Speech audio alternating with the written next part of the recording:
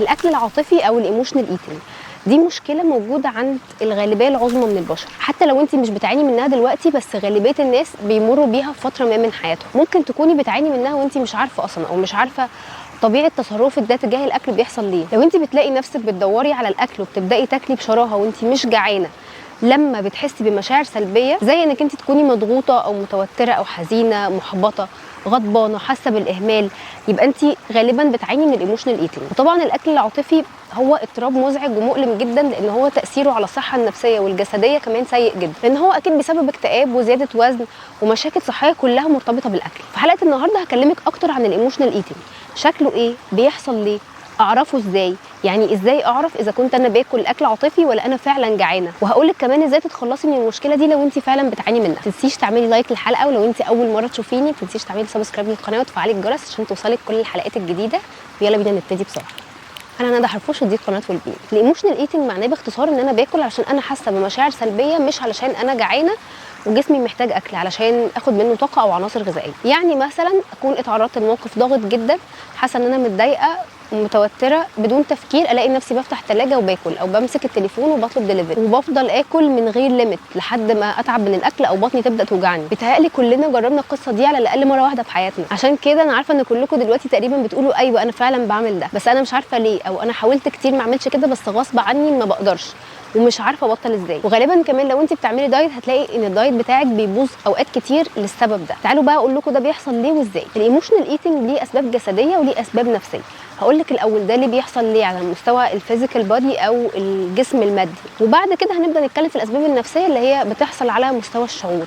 الاثنين اهم من بعض انك انت تفهميهم علشان تعرفي ازاي تتعاملي مع الموضوع. هنبدا بالاسباب الجسديه لان هي اسهل وابسط وواضحه اكتر. اي حاجه على المستوى الجسدي بتكون ابسط من المستوى النفسي. ايه هو اللي بيحصل في جسمي لما بزعل او بتوتر او بغضب يخليني احس ان انا عايزه اكل؟ المشاعر السلبيه اول ما بتحصل بترفع هرمون الادرينالين. الادرينالين اول ما بيرتفع بيحصل العكس خالص، عكس اللي احنا بنتكلم عنه. الانسان بيحس ان هو رافض الاكل تماما، لان الجسم في الوقت ده بيكون مشغول بعمليات تانية زي التنفس، ضخ الدم في العضلات والقلب، لان هو بيكون في الوقت ده حاسس بالخطر. علشان كده دايما هتلاقي في الافلام العربي القديمه تلاقي البطله اول ما تزعل تقول شيل الاكل ده من قدامي يا دادا، ماليش نفس، مش قادره اكل خالص. هو ده بيحصل فعلا. هو فعلا الانسان اول ما بيزعل بيحس ان هو نفسه تسدد بسبب الكورتيزول. ايوه، امال انا ليه لما بتضايق ببات جوه الثلاجه؟ اشرح لك. الادرينالين هرمون بيتم افرازه على سكيل قليل، لان هو خطر ان هو يفضل افرازه مستمر لاوقات كتيره، مده كبيره وبكميات كبيره. لكن الانسان لو ما قدرش يخرج من حاله الحزن او القلق اللي هو فيها، هنا بقى بيجي دور الكورتيزول. الكورتيزول هو هرمون منشط، المفروض ان هو بيساعد الشخص على ان هو يقدر يهندل القلق. بس الفكره انه في ناس كتير ما بتقدرش تهندل مشاعرها وبتفضل جوه الفايت اور فلايت مود ده، فيفضل افراز الكورتيزول مستمر. طبعا دي حاجه مدمره للصحه، حاجه مش صحيه خالص. الكورتيزول في حد ذاته مش هو السبب في انك انت تجوعي، بس المشكله انه مستويات الكورتيزول لما بترفع معاها مستويات الانسولين. الانسولين هو اللي بيحسسك بالجوع، وهو اللي بيخليكي تحسي انك انت عايزه تاكلي اكلات هايبر انسولينيميك علشان تبدا ترفع الانسولين بسرعه وترفع سكر الدم جدا، زي الحلويات والجانك فود والمقليات، كل الحاجات دي. كده احنا فهمنا على مستوى الجسم ايه اللي بيحصل. في شويه هرمونات بتتلخبط تحسسك انك انت جعانه وعايزه تاكلي سكر. طيب على مستوى الشعور بقى، على مستوى الحاله النفسيه، ليه المشاعر السلبيه بتخليني عايزه اكل؟ في اسباب نفسيه كتير بتخلينا نفكر في الاكل ونتجه نحو الثلاجه اول ما نحس بمشاعر سلبيه. اول حاجه انه الاكل في الحاله دي بيبقى كوبين ميكانيزم. يعني ايه؟ يعني وسيله او تكنيك للهروب، هروب من مشاعر انا مش قادره اهندلها ومش قادره اتعامل معاها، لان هي اكبر من قدرتي على الاستيعاب والتحمل. فبكون حاسه ان انا مش عارفه اتصرف، مش قادره افكر، مخي ومشاعري مش قادرين يتحملوا اللود اللي انا محطوطه فيه، فبحاول الاقي اي سلوك مش واعي يشغل عقلي في حاجه تانية غير التفكير بقى في المشكله او في الموقف اللي انا فيه، علشان يعمل كده زي شات داون. واسهل وسيله قدامنا كلنا بتكون هي الاكل. ولو لاحظتي نفسك هتلاقي ان الباترن اللي بيحصل في كل مره هو بيتكرر معاكي. موقف سلبي رقم 1، رقم 2 افكار كتير بتجري في دماغك مش عارفه توقفيها، او سكون تام خالص مفيش ولا فكره. بعد شويه رقم 3 يبدا كريفنج شديد واحساس بالرغبه في الاكل، هتبداي تاكلي بشراهه اي وكل حاجه قدامك مليانه سكر ونشويات. فانت اللي بيحصل فعليا انك انت بتهربي من اللود الكبير قوي اللي انت بتحسي بيه في الموقف اللي انت فيه، ان هو بحس ان انا عندي افكار كتير قوي مش قادره هندلها، او ما عنديش اي افكار خالص. تاني حاجه انه انا غالبا بكون اصلا شخص عندي مشاكل مع الاكل. غالبيه الناس اللي بتعاني من الايموشنال ايتنج هم اصلا بيعانوا من زياده وزن وبيعافروا كتير مع الدايت، وعلاقتهم بالاكل مش احسن حاجه، ودايما عندهم احساس بالذنب تجاه الاكل، فبيروحوا ياكلوا كنوع من العقاب، بيعاقبوا نفسهم نتيجه شعورهم بالضغط او الغضب او ان هم متضايقين. في الحاله دي ده بيعتبر نوع من السيلف سابوتاجنج او سلوكيات التدمير الذاتي. وانصحك جدا لو انت ما شفتيش الحلقه شوفيها لان هي هتفيدك جدا، هسيب لك اللينك هنا. ثالث سبب هو الصدمات، سواء كانت صدمات اتعرضنا لها واحنا كبار في وقت قريب او بعيد، او حتى صدمات في الطفوله. الصدمات من الحاجات اللي بتطور سلوكيات وعادات غلط مع الاكل، وبتخلي الانسان صورته الذاتيه عن نفسه مشوهه الى حد كبير، وتقديره لذاته منخفض، وقدرته على حل المشاكل والتعامل معاها والتعامل مع مشاعره في وقت الازمات بتكون منخفضه. مخه بيتبرمج على حمايته من المشاعر السلبيه علشان يحميه من تكرار الصدمه مره تانية، فبيخليه يبتدي يعمل سلوكيات هروب وانكار، واللي منها الاكل العاطفي، الهروب بالاكل. رابع سبب ان احنا ما اتعلمناش ازاي نتعامل مع المشاعر السلبيه. احنا ما خدناش في المدرسه، ما خدناش في الكلاس ما حدش فكر ان هو يعلمنا ازاي لما اتحط في موقف اكبر مني او اكبر من قدرتي على التحمل او ان انا استوعبه اعمل ايه واتعامل معاه ازاي. دي بقى حاجات احنا لازم نعلمها لنفسنا بالجهود الذاتيه، رغم ان هي يمكن اهم من كل اللي احنا اتعلمناه في المدارس والجامعات. طيب اعمل ايه دلوقتي؟ انا اتحطيت في الموقف، حاسه ان انا متضايقه جدا، غضبانه، محبطه، اعمل ايه علشان ما اروحش اكل؟ شوفي، احنا هنمشي مع الباترن اللي بيحصل خطوه خطوه، ونحاول نحط عقبات، مطبات كده في سكه انك انت في الاخر توصلي لانك تروحي تاكلي، تعملي ايموشنال ايتنج. الباترن اللي بيحصل هو اللي احنا كلنا عارفينه: موقف ضاغط، شعور بان انا متضايقه مضغوطه مش عارفه اعمل ايه، اروح اكل. طيب ما تيجي كده نقف عند اول خطوه ونفكر فيها. اتحطيت في موقف ضاغط وتعالي نشوف نحلها ازاي. انا عايز اسالكوا سؤال: هو احنا ليه بنسمح للاحداث السلبيه ان هي تتكرر في حياتنا؟ احنا اصلا مش عايزين نتعرض لمواقف سلبيه طول الوقت. هتقولوا لي ازاي يعني؟ احنا مش في الجنه هنا، واكيد طول ما احنا عايشين هنتعرض لمواقف سلبيه، الحياه يعني مش بمبي بمبي. طبعا معاكوا حق، الحياه اكيد بيحصل فيها مواقف سلبيه، لكن انا ما اقصدش المواقف السلبيه اللي بتحصل غصب عننا، بتحصل فجاه بنتحط فيها بشكل عرضي كده. لا، انا بتكلم عن الاحداث اللي بتتكرر في حياتنا واحنا سامحين بتكرارها. يعني مثلا انا في حياتي شخص سام، شخص توكسيك زي ما بيقولوا، علاقتي بيه مؤذيه نفسيا جدا بالنسبه لي، بتضغطني وبتديني مشاعر سلبيه، واغلب الوقت المواقف الضاغطه اللي انا بتعرض ليها بيكون الشخص ده سبب فيها. كلنا عندنا او كان عندنا الشخص ده في حياتنا. الشخص ده في حياتك ليه؟ بيعمل ايه؟ اسالي نفسك. واحده صاحبتي مثلا علاقتي بيها متوتره، علاقتي بيها بتضغطني وبتستفزني، هي بقى صاحبتي، قريبتي، زميلتي في الشغل. خلي دايما علاقتك باي شخص انت ما بترتاحيش معاه علاقه سطحيه وفي اضيق الحدود، ولو تقدري تخرجيه من حياتك خالص ما تفكريش مرتين، صدقيني.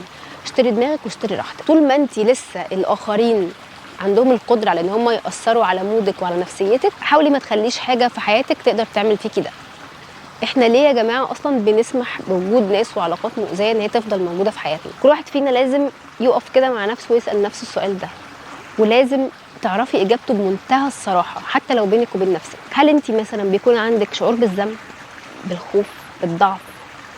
لازم تعرفي السبب وتبداي تشتغلي عليه لو انت عايزه بجد تصلحي حياتك. وصدقيني لو المساحه الامنه المريحه في حياتك بقت اكبر، لانه مفيش في حياتك ناس مؤذيه موجودين طول الوقت وكل يوم، تعرضك للمواقف الضاغطه اللي بتوصلك لسلوك الاكل العاطفي او غيره من السلوكيات المدمره بيقل جدا.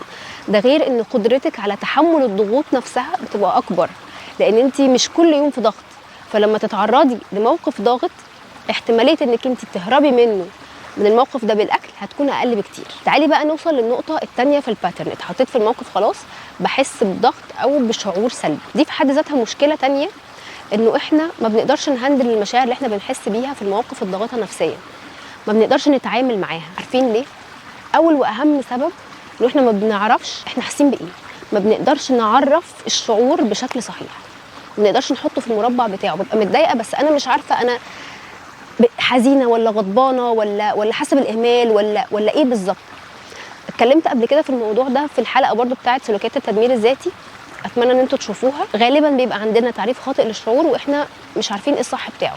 يعني ايه الكلام ده؟ يعني انا مثلا اتحطيت في موقف حسيت فيه بالرفض، اول حاجه بفكر فيها انه المشكله فيا، انا مش كويسه كفايه، انا مفيش فيا اي حاجه حلوه، واروح اهرب من كم الافكار المؤلمه دي بالاكل. اول ما اتعرض لموقف سلبي لازم اهدى وافكر هو انا حاسه بايه بالظبط، وليه انا حاسه بكده، وهل المشاعر دي حقيقيه فعلا ولا لا؟ لان اغلب مشاعرنا ما بتكونش حقيقيه. انا حسيت بالرفض، هل ده معناه مش فعلا انه في مشكله فيا؟ مش بالضروره، بالعكس خالص، ممكن يكون العكس. لو انا متقبله نفسي وحباها، الرفض بالنسبه لي على فكره مش هيكون مشكله كبيره خالص، هيكون عادي جدا. وده هيودينا للمشكله الثالثه اللي هي الصوره الذاتيه. اغلب الناس صورتهم الذاتيه عن نفسهم مهزوزه ومش صحيحه بسبب الصدمات، سبيشالي الصدمات اللي احنا خدناها من الطفوله، ودي حاجه لازم كلنا نشتغل عليها، لازم كلنا نحلها. هسيب لك الحلقه دي هتفيدك جدا. في سبب رابع، انه ناس كتير مش بتقدر تفرق بين جوع الاكل وبين الجوع العاطفي. ازاي الكلام ده؟ العلاقات الاجتماعيه يا جماعه بتدينا مجموعه من المشاعر والهرمونات الايجابيه، زي الشعور بالمكافاه، الشعور بالاستحقاق، الشعور بالاستقرار العاطفي، الشعور بالامان. كل ده بيحصل عن طريق ان هي بتحفز افراز هرمونات زي الدوبامين، الاكسيتوسين، السيروتونين وغيرهم. الاكل بيساعد على افراز نفس الهرمونات دي، خاصه الاكل اللي بيبقى فيه سكر وفيه نشويات كتير. في ناس بقى بتعوض الحرمان العاطفي اللي هو نقص الهرمونات دي بالاكل بشكل متكرر، لدرجه ان هم بيبداوا يكونوا ارتباط عاطفي مع الاكل. يعني انا لو حاسه ان انا مكتئبه شويه مثلا، اروح اكل علشان احس ان انا كويسه، عشان الاكل الحلو بيديني دوبامين. الاكل يا جماعه مش وظيفته ان هو يدينا المشاعر دي، الاكل مش وظيفته ان هو يدينا مشاعر اصلا. مش مفروض يكون عندنا تعلق بالاكل، ده تعلق سلبي جدا ومؤذي، عامل زي العلاقات السامه كده، التوكسيك ريليشن شيبس. في حاجات بقى هنحتاج نعملها علشان ما نوصلش للخطوه الثالثه بتاعه رحت كلت، اخر خطوه في الباترن. انا لو حسيت بشعور سلبي وخلاص انا مش قادره اتعامل مع الشعور فعلا، الخطوه الثالثه اللي انا بوصل لها ان انا رحت كلت. طيب ازاي بقى اخلي الخطوه دي ما تحصلش؟ اول مشكله بتواجهنا فكره الاتاحه. طول ما الاكل اللي انت بتحسي بكريفنج ناحيته اول ما بتتضايقي موجود، هتاكلي منه، لانه غالبا الشعور بان انا عايزه اكل في الوقت ده بيكون شعور قهري جدا، بيكون صعب جدا مقاومته. فانا هشوف ايه هي قائمه الحاجات اللي انا اول ما بزعل بفكر فيها وببقى حاسه ان انا عايزه اكلها جدا، وهبطل اخليها متوفره في البيت. انا مثلا بكريف الشيبسي، المشروبات الغازيه، الحلويات، مش هروح السوبر ماركت اشتريهم واخليهم عندي في البيت لو انا فعلا عايزه احل المشكله. لو انا رحت اشتريتهم وخليتهم عندي وانا متوقعه ان انا لو دخلت في ايموشنال ايتنج ان انا هقدر اقاومهم، انا بقول لك لا، ده مش هيحصل. انا عارفه انه في ناس كتير بيكون البيت كله اصلا بياكل من الحاجات دي وهي متوفره باستمرار، ولكن في حاله لو انا اقدر اعمل ده قدر الامكان اعمله، ما تخليهاش متاحه، لانه ده على الاقل هيديكي فرصه انك انت تهدي، تاخدي وقتك، تفكري في مشاعرك وتتعاملي معاها. تاني حاجه، لو انا لسه مش قادره افكر واتعامل مع مشاعري، دوري على وسيله هروب تانية تديكي مشاعر ايجابيه. اكتر حاجه هنصحك بيها في النقطه دي بجد، ومش هزار ومش تقليل من حجم المشاعر السلبيه، انا مجرباها بنفسي كتير بجد. ادخلي خدي دش، الميه بتغير من طاقتك جدا، بتشيل الطاقه السلبيه. الهي نفسك باي حاجه تانية غير الاكل، اخرجي من البيت، اتمشي، كلمي واحده صاحبتك بتثقي فيها، الهي نفسك عن فكره انه انا ههرب بالاكل. ثالث حاجه، لاقي لنفسك شبكه دعم نفسي. لازم يكون عندك حد او مجموعه ناس تدعمك نفسيا، تقدري تلجئي ليهم لما يكون عندك مشاعر سلبيه مش عارفه تتعاملي معاها. لو انت ما عندكيش الشخص ده في حياتك، ممكن تلجئي للايف كوتش. لو ما عندكيش القدره الماديه انك انت تتابعي مع لايف كوتش، تابعي حد بيتكلم في الصحه النفسيه تكوني بتثقي فيه وبتثقي في ارائه على السوشيال ميديا، ده كمان هيساعدك كتير جدا. رابع حاجه، علمي نفسك تتكلمي عن نفسك مع نفسك بشكل ايجابي. شوفي مين اكتر حد انت بتحبيه في حياتك ومتاثره بيه، شوفي بتتكلمي عنه مع نفسك ازاي، وتفكري فيه كده مع نفسك، بتقولي ايه لنفسك. مش مفروض ان افكارك عن نفسك تكون اقل من كده باي حال من الاحوال. انت اغلى على نفسك من غلاوه اي حد تاني عليكي، هو ده الوضع الطبيعي. مين في الدنيا ممكن يستاهل حبك وتقديرك اكتر من نفسك؟ في ناس كتير تنصحك انك انت تاكلي اكل صحي وتعملي مديتيشن وتلعبي يوجا، النصيحه دي كويسه جدا، لكن هي صعبه بالنسبه لحد لسه بيبدا يحاول يتعامل مع المشكله، يحاول يتعامل مع مشاعره، لان هي بتحتاج قوه واتزان نفسي كبير، ممكن يكون لسه مش عندك في المرحله دي. لكن هنصحك انك انت لو لقيتي نفسك حاولتي تعملي كل الحلول دي ومش قادره، ابعدي عن الحاجات الوحشه قوي. يعني ايه؟ يعني انا لو خلاص مش قادره اقاوم شعور ان انا عايزه اكل حاجه حلوه، ادخلي المطبخ بنفسك، اعملي حلويات بمكونات صحيه اكتر، لسببين. لانه اولا الطبخ هيخليكي اهدى، هيديكي فرصه انك انت تفكري مع نفسك. تاني سبب انه الدمار مش هيبقى يعني كبير قوي زي لو طلبتي وجبه كومبولارش. وخلي بالك انك انت لو بتعاني من الايموشنال ايتنج مش شرط تنجحي في تنفيذ الكلام ده كل مره ولا من اول مره. العادات والسلوكيات اللي احنا متعودين عليها بتحتاج وقت وتكرار وتدريب علشان نقدر ننجح فيها. لو حاولتي وفشلتي عادي جدا، مش نهايه الدنيا، المهم انك انت بتحاولي. كل الناس اللي حاولت تغير عاداتها ونجحت هي اصلا في الاول فشلت وحاولت تاني. فخليكي مقدره دايما قيمه انك انت اصلا بتحاولي. اخر حاجه هتكلم فيها هقولك ازاي تفرقي بين الجوع الحقيقي وبين الايموشنال ايتنج او الرغبه في الاكل لاسباب عاطفيه، لانه في ناس بتكون مقتنعه ان هم جعانين فعلا، هم فعليا مش جعانين بس هم مش قادرين يفرقوا. لو انا جعانه فعلا الاحساس بالجوع بيبدا معايا بشكل تدريجي، وده معناه ان انا بقدر اتجاهل احساسي بالجوع شويه لفتره يعني، ده لو انا عايز. لكن في الاكل العاطفي الاحساس بالجوع بيحصل فجاه، وعلشان كده بيكون احساس قهري جدا، بان انا مش قادره اقاوم وجعانه جدا وعايزه اكل دلوقتي، مش قادره استنى. كمان لو انا جعانه فعلا هبقى عايزه اكل اي نوع من الاكل، خضار بقى، دهون، بروتين، نشويات، اي حاجه عادي، مش هتبقى فارقه جدا. لكن في حاله الايموشنال ايتنج هتلاقي نفسك عايزه تاكلي سكر، نشويات، مقليات تقريبا. بس لو انا جعانه فعلا باكل بكميه معينه اللي هي الكميه اللي تخليني اشبع زي العادي بتاعي الطبيعي. لكن في الايموشنال ايتنج انا مش بقدر اوقف اكل عند حد معين، باكل كتير جدا لان انا اصلا باكل وانا مش جعانه. واخر حاجه شعورك بعد الاكل. لو انا باكل علشان جعانه شعوري بعد الاكل هيكون طبيعي عادي، اكلت شبعت خلاص انتهى الموضوع. لكن في الايموشنال ايتنج بيكون في بعد الاكل مشاعر غضب وعار، وانه انا متضايقه من نفسي وكرهاها وكارهه الاكل، وعندي مشاعر تأنيب كبيره جدا، انا ليه عملت كده. اتمنى ان الحلقه دي تكون قدرت تفيدك فعلا في حل مشكله الاكل العاطفي. لو الحلقه عجبتك ما تنسيش تعملي لايك للحلقه وتعملي سبسكرايب للقناه على اليوتيوب، وما تنسيش تشاركي الحلقه دي مع اي حد تحبي ان المعلومات دي توصل. ولو عندك اي سؤال او في اي موضوع حابه ان احنا نتكلم فيه سيبهولي في الكومنتس. ولو عايز تاخدي فكره عن الاستشارات تلاقي اللينك موجود في الديسكربشن. اشوفكم الحلقه الجايه، باي باي.